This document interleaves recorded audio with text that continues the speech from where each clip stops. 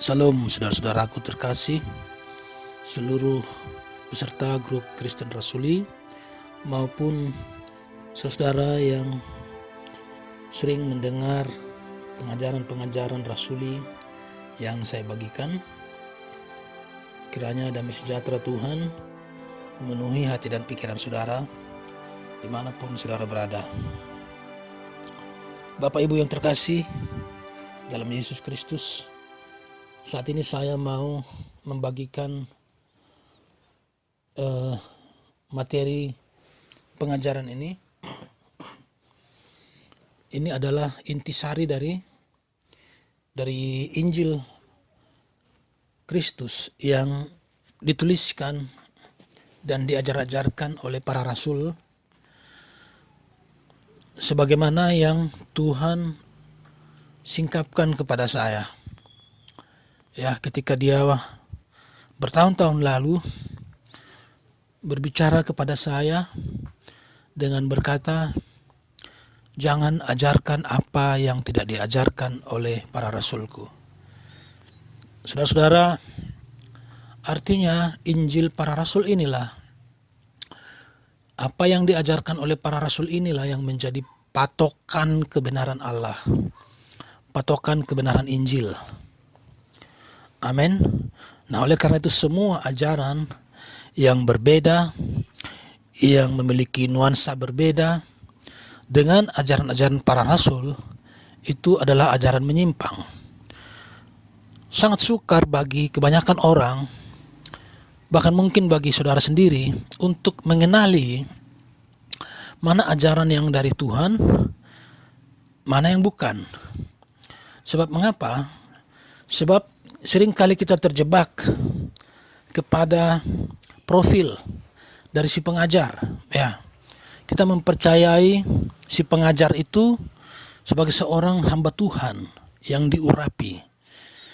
Ya, kita memakai parameter luasnya jangkauan pelayanan, kemudian konsistensi, kemudian berbagai mujizat, kemudian jumlah pengikut yang semakin bertambah-tambah, dan juga karakter mungkin ya, sebagian mereka juga memiliki karakter-karakter yang dipengaruhi oleh karakter Kristus. Nah, jadi parameter-parameter ini seringkali menjadi patokan saudara untuk menyimpulkan ajaran seseorang itu dari Tuhan atau bukan. Dan biasanya banyak orang, atau mungkin jangan-jangan saudara sendiri, siap fight untuk mempertahankan atau untuk membela ajaran dari hamba Tuhan yang saudara puja itu atau yang saudara kagumi itu. Ya, ini banyak sering saya lihat ya, sehingga tanpa mereka sadar mereka sudah menjadi pengikut manusia. Nah, Bapak Ibu yang terkasih, sekarang saya sebagaimana yang Tuhan suarakan, dan saya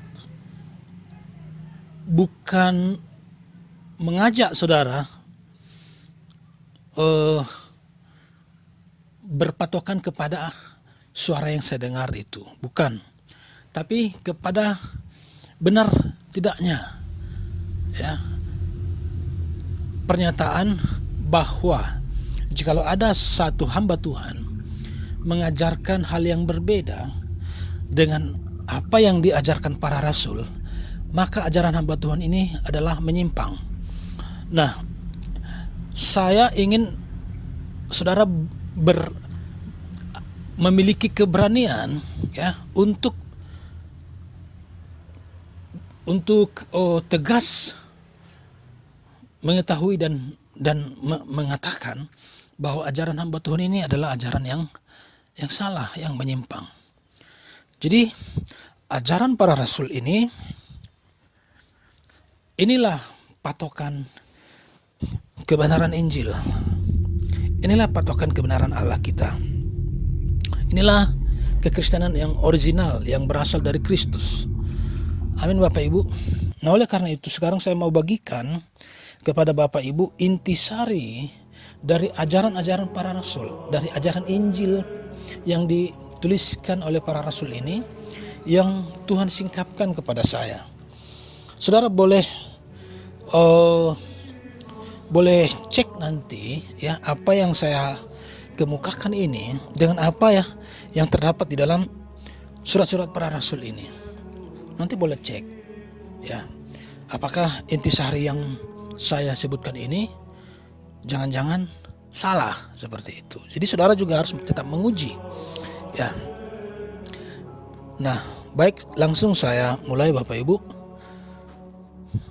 Intisari dari Injil Kristus yang dituliskan oleh para rasul Tuhan kita ialah begini Bapak Ibu. Sebelum Kristus datang ya, atau sebelum orang percaya kepada Yesus Kristus, sebelum ada iman kepada Yesus Kristus, tentunya ketika Yesus Kristus belum lahir ya belum ada iman kepada Yesus. Bisa dipahami ya. Jadi sebelum ada iman kepada Yesus Kristus, maka setiap orang adalah manusia terhilang, adalah manusia berdosa. Amin. Tidak ada satupun di antara manusia di seluruh dunia, termasuk di antara bangsa Israel sendiri, yang telah menjadi manusia yang pulih menurut rancangan semula Allah. Apa rancangan semula Allah ketika dia menciptakan manusia? Ialah dia ingin menjadikan manusia itu anak-anaknya. Itu sebabnya dia menciptakan Adam menurut rupa dan gambarnya sendiri. Ini menggambarkan bahwa Allah memang merancang Adam itu sebagai anak baginya. Amin. Dia merancang manusia itu sebagai anak baginya. Karena dia seorang bapa yang penuh dengan kasih, dan dia membutuhkan anak-anak menjadi saluran kasihnya. Inilah rancangan Allah. Amin Bapak Ibu. Itu sebabnya dia merancang, itu sebabnya dia menciptakan Adam menurut bentuk wajahnya sendiri, menurut rupa dan gambarnya, gambar ya. Nah, sama seperti seorang anak tentulah mirip dengan ayahnya. Ya. Kalau seorang anak tidak mirip dengan ayahnya ya mungkin ini anak tetangga. Tapi yang jelas seorang anak mirip dengan ayahnya. Nah inilah yang tersirat dari apa yang Allah lakukan saat dia membentuk wajah Adam. Baik, tetapi kemudian kita tahu Adam jatuh dalam dosa. Lalu sejak Adam jatuh dalam dosa terusir dari hadapan Allah. Ya, terusir dari hadapan Allah. Ini Adam sudah bukan lagi anak Allah. Ya, dicatat sejak dia terusir dari hadapan Allah, dia bukan lagi anak Allah. Dia kehilangan kemuliaan itu, dia kehilangan status itu. Tentu sejak itu seluruh anak keturunannya, ya, seluruh anak keturunannya itu menjadi orang berdosa semua, sama seperti dia. Ini sama seperti seekor kambing, ya, selamanya keturunannya adalah kambing. Tidak mungkin suatu hari ada kambing, ya, kemudian suatu hari keturunannya lahir gajah, kuda, tidak mungkin, tetap akan kambing. Nah, demikianlah Adam sebagai manusia berdosa, tentu seluruh keturunannya adalah orang berdosa. Nah, jadi sebelum Kristus Yesus datang, ya, sebelum Kristus Yesus datang, semua orang manusia berdosa. Tetapi iman kepada Kristus Yesus, iman kepada Kristus Yesus seketika itu mengubah manusia. Amin. Mengubah manusia, memulihkan si manusia kembali kepada rancangan Allah, menjadi anak. Haleluya, ini dia. Itu sebabnya Rasul Paulus berkata, ya, Taurat itu hanya penuntun bagi bangsa Israel sampai iman itu datang. Dan iman itu telah datang, yaitu iman kepada Kristus. Karena itu kita tidak lagi membutuhkan penuntun. Jadi Bapak Ibu, Taurat itu bukan masterpiece-nya Allah, bukan karya terbesarnya Bapa kita. Taurat itu hanya menuntun bangsa berdosa, umat berdosa, manusia berdosa, ya. Dalam hal ini bangsa Israel yang menerimanya, supaya mereka tidak hidup liar di hadapan Allah, supaya Allah jangan membasmi mereka. Kira-kira seperti itu. Jadi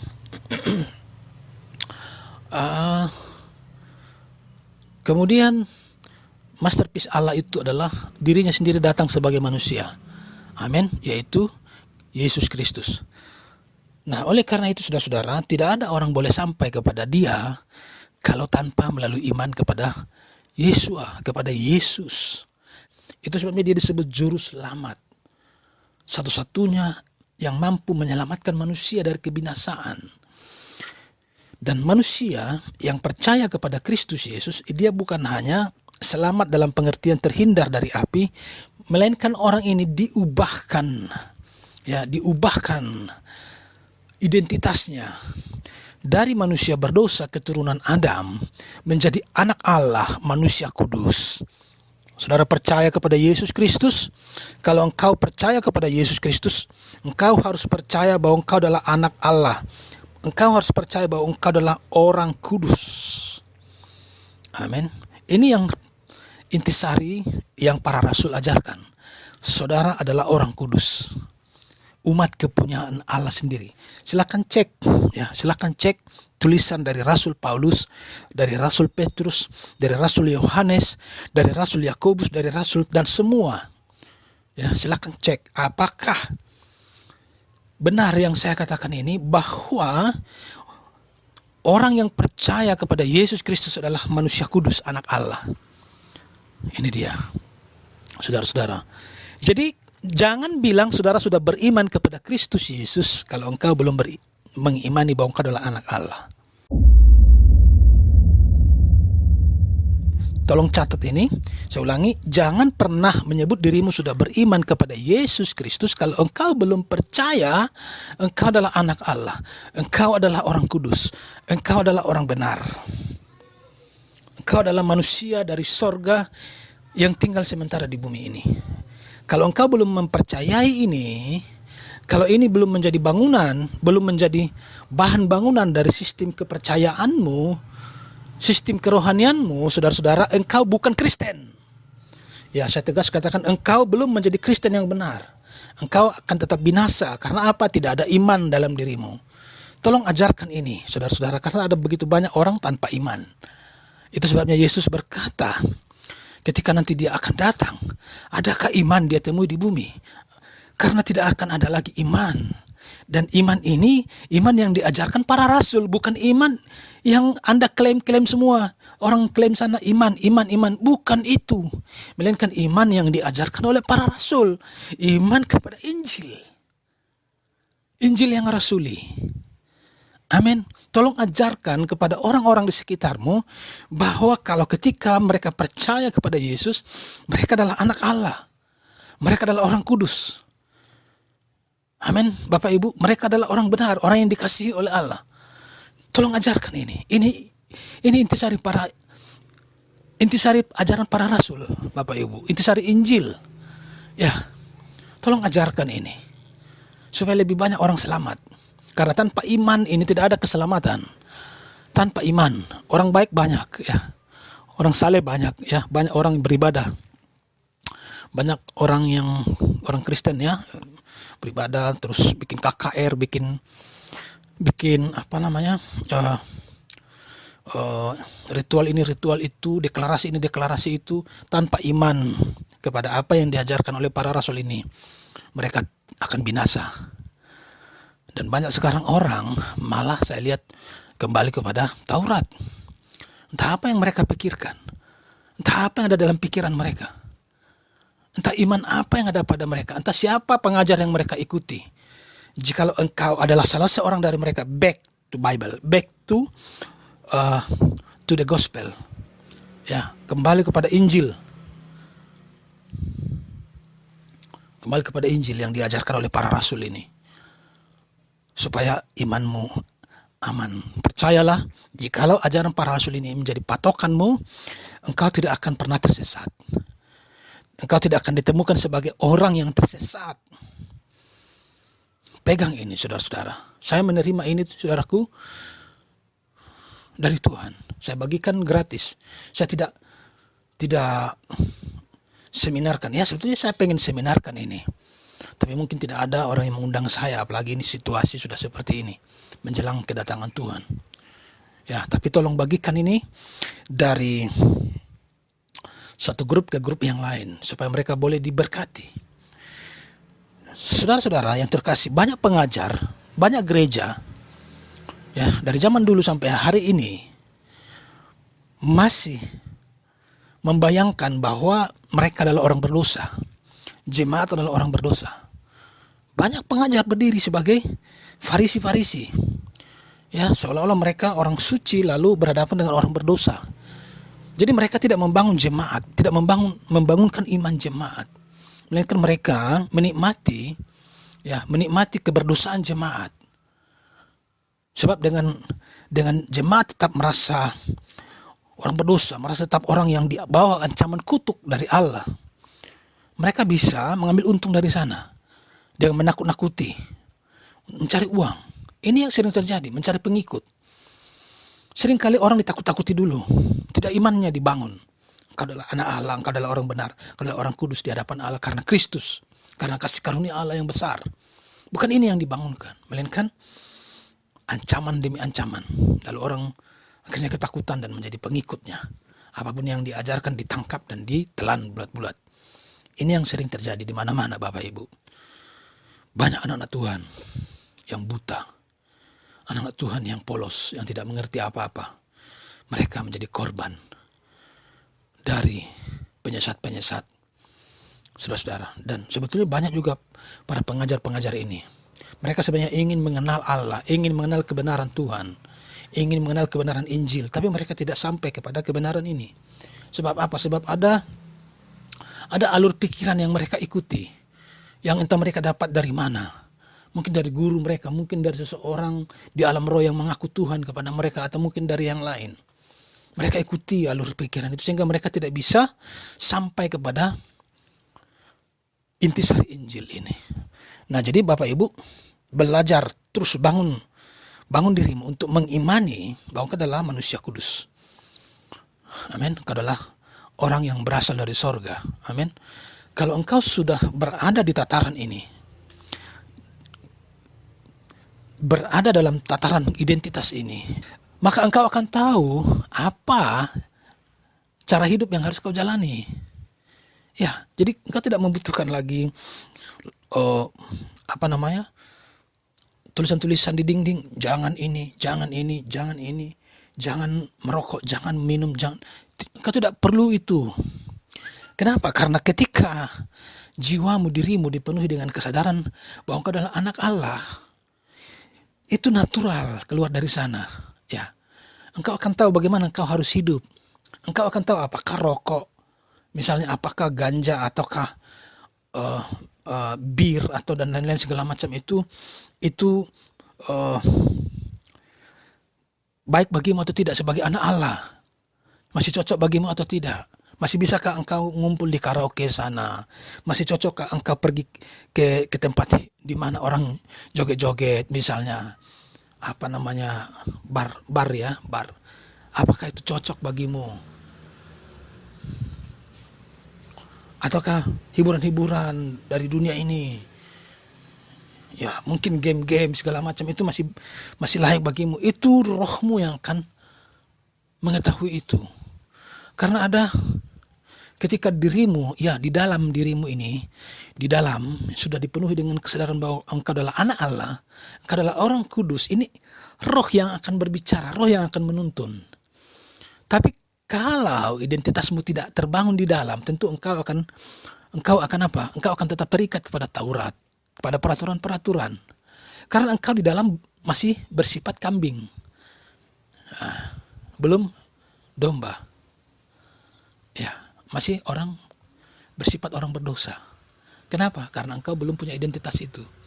Karena engkau belum apa? Karena engkau belum punya iman. Nah, oleh karena itu Bapak Ibu, ketika engkau mengimani bahwa dirimu adalah anak Allah, hidupmu pasti berubah. Hidupmu akan berjalan menurut apa yang dituliskan oleh para rasul. Coba baca tulisan-tulisan para rasul mengenai manusia baru, ya. Kita ini adalah anak Allah.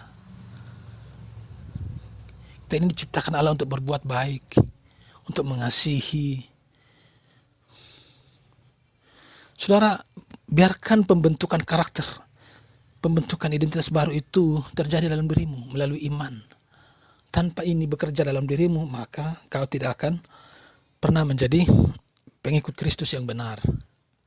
Kau akan termasuk orang yang binasa.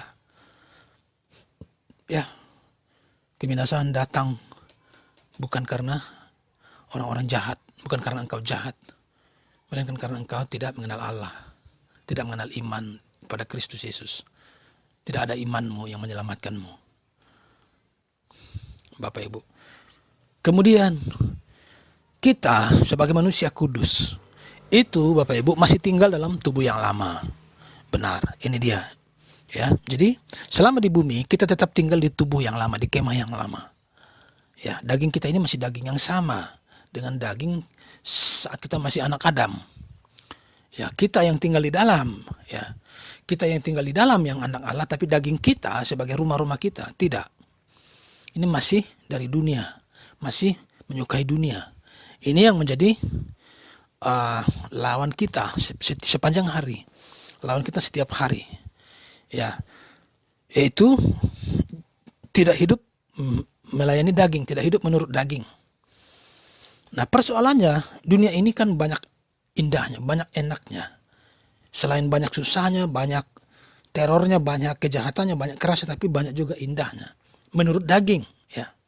Mungkin keindahan-keindahan terus terang saja, misalnya tentang seksual, ya, keindahan tentang seksual, film-film, story-story atau kisah-kisah, ya. Kemudian juga misalnya game-game, ya, dan lain-lain yang indah-indah, yang enak-enak, permainan-permainan, ya. Ini adalah disukai oleh daging kita karena daging kita berasal dari dunia ini, berasal dari tanah ini, dari bumi ini. Daging kita masih berasal dari sini. Nanti kita akan tinggalkan daging ini dan akan diberikan tubuh yang baru, tubuh surgawi. Maka kita akan sepenuhnya menjadi anak Allah. Jadi bukan hanya manusia dalam kita, tapi juga nanti tubuh kita juga. Amin, Bapak Ibu. Kalau sekarang tubuh kita bukan anak Allah, Bapak Ibu. Tubuhmu bukan anak Allah. Tubuhmu adalah anak orang tuamu. Orang tuamu anak dari kakekmu, demikian seterusnya sampai kepada Adam. Tubuh. Tapi kita bukan manusia tubuh. Kita bukan tubuh. Amin. Kita adalah manusia anak Allah yang tinggal dalam tubuh, yang tinggal dalam tubuh daging. Ini yang harus kita lawan. Nah, pertanyaan, bagaimana cara melawan daging ini? Bagaimana cara melawan daging ini? Ya, Bapak Ibu, suatu kehendak pada manusia, pada kita, ya, itu muncul di hati, muncul di pikiran. Kalau tidak muncul di sana, itu namanya refleks saja, ya. Jadi misalnya saudara berjalan kaki, ya, tenang-tenang saja, kemudian saudara tanpa sengaja menginjak kaki orang lain, lalu orang itu marah. Apakah saudara berdosa di sana melakukan suatu kejahatan? Tidak. Kenapa? Karena itu refleks. Tidak muncul di hati saudara. Tapi kalau saudara punya niat dari awal, ya, ketika saudara melangkah punya niat dari awal untuk menginjak kaki orang itu, lalu pura-pura tidak tahu. Niat inilah, ya, yang disebut kehendak, dan ini timbul di hati, niat ini. Jadi dosa, ya, dosa untuk kehendak untuk mengikuti keinginan daging itu muncul dalam hati, dalam pikiran. Ini disebut niat. Ya, ini disebut niat. Niat untuk melayani daging. Niat untuk menuruti kehendak daging. Nah sekarang, maka kuncinya ialah bagaimana supaya hati ini bersih. Kalau hatimu bersih, dipenuhi dengan urapan roh, maka hatimu tidak akan sukar ditumbuhi oleh niat. Kalaupun tiba-tiba terdengar niat di sana, niat yang buruk, ya, itu cepat sirna. Niat itu ditelan oleh terang cahaya yang ada dalam hati itu. Sekarang bagaimana caranya supaya hati kita ini dipenuhi terang cahaya dari Tuhan? Hanya satu caranya. Iman bahwa kita adalah anak Allah. Jadi iman ini Bapak Ibu, yaitu iman bahwa kita adalah anak-anak Allah, orang-orang kudus. Ini membuka ruang, ya, membuka ruang yang lebar bagi kita untuk bisa menikmati hubungan batin yang sangat-sangat dalam dengan Bapa. Hubungan batin yang sangat-sangat dalam dengan Tuhan kita Yesus Kristus. Kita tidak merasa terintimidasi, kita tidak merasa tertekan atau seperti merasa tertuduh-tuduh saat kita menyebut namanya, saat kita memejam mata kita, mengangkat hati kita kepadanya dan berbicara kepadanya. Tidak ada yang menekan kita, tidak ada yang menuduh-nuduh kita. Kita merasa dikasihi, kita langsung berbicara kepada Bapa kita, berbicara kepada sahabat kita. Ini akan membuat hati kita penuh dengan luapan urapan roh, penuh dengan sukacita, penuh dengan damai sejahtera. Bapak Ibu, ya, ini rahasianya.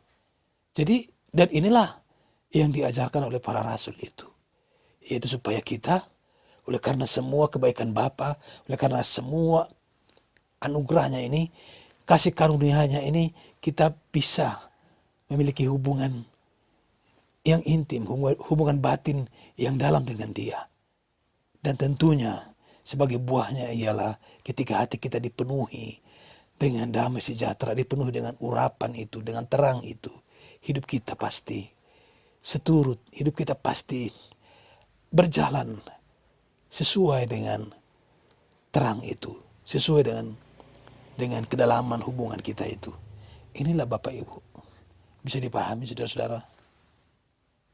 Nah ketika saudara hati kita dipenuhi terang setiap hari, terang oleh iman tadi, maka saudara akan menikmati hidup sebagaimana yang disebutkan oleh para rasul, hidup seperti Kristus. Haleluya. Jadi ini dia intisarinya. Saya berharap Bapak Ibu menangkap, ya, menangkap. Amin. Kiranya intisari ini boleh saudara simpan dalam hatimu, imani ini, atau kalau saudara mau menguji, cross check dengan ajaran para rasul, silakan baca semua, ya, surat para rasul sampai Wahyu, ya. Apakah benar ini intisari Injil yang dituliskan oleh para rasul itu atau bukan? Ya, tentu masih banyak lagi hal-hal yang harus diterangkan, ya. Misalnya bagaimana tentang pernikahan, bagaimana tentang makanan, bagaimana tentang ini, tentang itu. Tetapi maksud saya intisarinya adalah seperti ini. Amin Bapak Ibu, imani, simpan dalam hatimu, bersukacitalah, bangun terus, lawan terus intimidasi. Ya tentu saja iblis akan mengintimidasimu, saudara, menuduh-nuduhmu sebagai orang berdosa, sebagai orang terkutuk, sebagai orang begini, orang begitu. Ya, kemudian ini sebarluaskan kepada orang-orang yang masih bisa engkau luputkan dari kematian yang kekal. Saudara yang terkasih, saya berharap pengajaran ini, meskipun saya tidak pergi kemana-mana, meskipun saya tidak datang mengadakan seminar di tempatmu, di kotamu, tapi saya berharap pengajaran ini boleh tersebar luas di kalangan kita, orang-orang yang sedang menunggu kedatangan Tuhan, supaya kita memiliki iman yang benar. iman yang bersih dari segala ajaran-ajaran yang menyimpang. Jangan terseret dengan ajaran-ajaran yang sensasional, tidak berguna semua itu. Tapi berpegang teguh kepada ajaran yang rasuli. Tuhan Yesus memberkati. Haleluya. Bapa, hamba doa, jamah seluruh anak-anakmu yang mendengar. Terangi mereka, bukakan hati mereka. Biarlah mereka memandang cahayamu, memandang terangmu yang gilang gemilang, dan mereka bersuka cita. Bapa, mampukan mereka mengajarkannya, membagikannya kepada orang-orang lain. Haleluya. Biarlah kami Engkau temukan sempurna, baik roh, jiwa, dan tubuh kami Bapa, ketika Yesus Kristus Juru Selamat kami datang. Bagimu segala hormat kemuliaan Bapa, bagi Tuhan Yesus kami, bagi Roh Kudus. Haleluya. Dalam nama Yesus Kristus hamba bersyukur pada Bapa. Amin. Hallelujah, hallelujah, hallelujah, hallelujah, praise ye the Lord. Hallelujah, hallelujah, hallelujah, hallelujah, praise ye the Lord. Praise ye the Lord, hallelujah, praise ye the Lord, hallelujah, praise ye the Lord, hallelujah, praise ye the Lord.